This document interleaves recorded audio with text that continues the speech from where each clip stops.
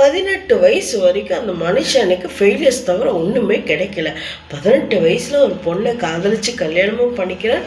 அதுக்கப்புறமாவது வாழ்க்கை அழகாக இருக்கும் அப்படின்னு பார்த்தா அதை விட கொடூரமாக இருக்குது.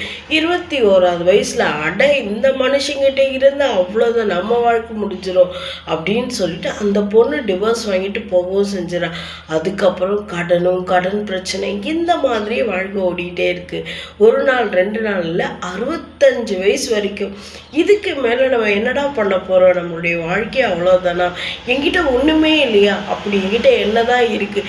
கடைசியாக ஒரே ஒரு தடவை எனக்கு பிடிச்ச மாதிரி இந்த வாழ்க்கையை நான் வாழ மாட்டேனா அப்படின்னு சொல்லிட்டு யோசிச்சு பார்க்குறாரு. அவங்க அம்மா சொல்லி கொடுத்த ஒரே ஒரு ரெசிபி ஞாபகம் வருது. அதை செஞ்சு மக்களுக்கு சேல் பண்ணி பார்க்குறேன். மக்களுக்கு ரொம்பவே பிடிச்சும் போகுது. ஸோ இதை எங்கேயாவது சேல் பண்ணலாம் அப்படின்னு சொல்லிட்டு ஒரு கடை 2 கடையில் 1000 கடை ஏறி இறங்குறார்.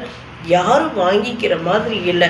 அப்போது 1010வது கடை, அந்த கடை ஆல்ரெடி திவாலாகிற கண்டிஷனில் இருக்குது. இருந்தாலும் இவர் சொன்ன ரெசிபியை ட்ரை பண்ணி பார்க்குறாங்க.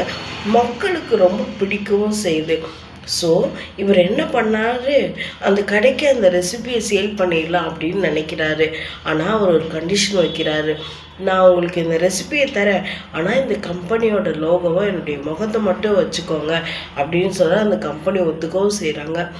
நான் யாரை பற்றி பேசுகிறேன் அப்படிங்கிறது இப்போவே உங்களுக்கு தெரிஞ்சிருக்கும். த ஃப்ரைட் சிக்கன் KFC. நம்முடைய வாழ்நாளில் நம்ம எல்லாத்தையும் இழந்து போயிருக்கலாம்.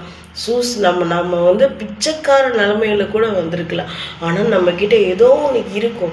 அதை கடைசியாக ஒரு தடவை நம்ம ட்ரை பண்ணி பார்த்துட்டு செத்து போனாலும் பரவாயில்ல, ஆனால் கடைசியாக ஒரு தடவை முயற்சி பண்ணி பார்க்கணும் அப்படிங்கிறது தான் இந்த கதை சொல்லக்கூடிய அழகான கருத்து.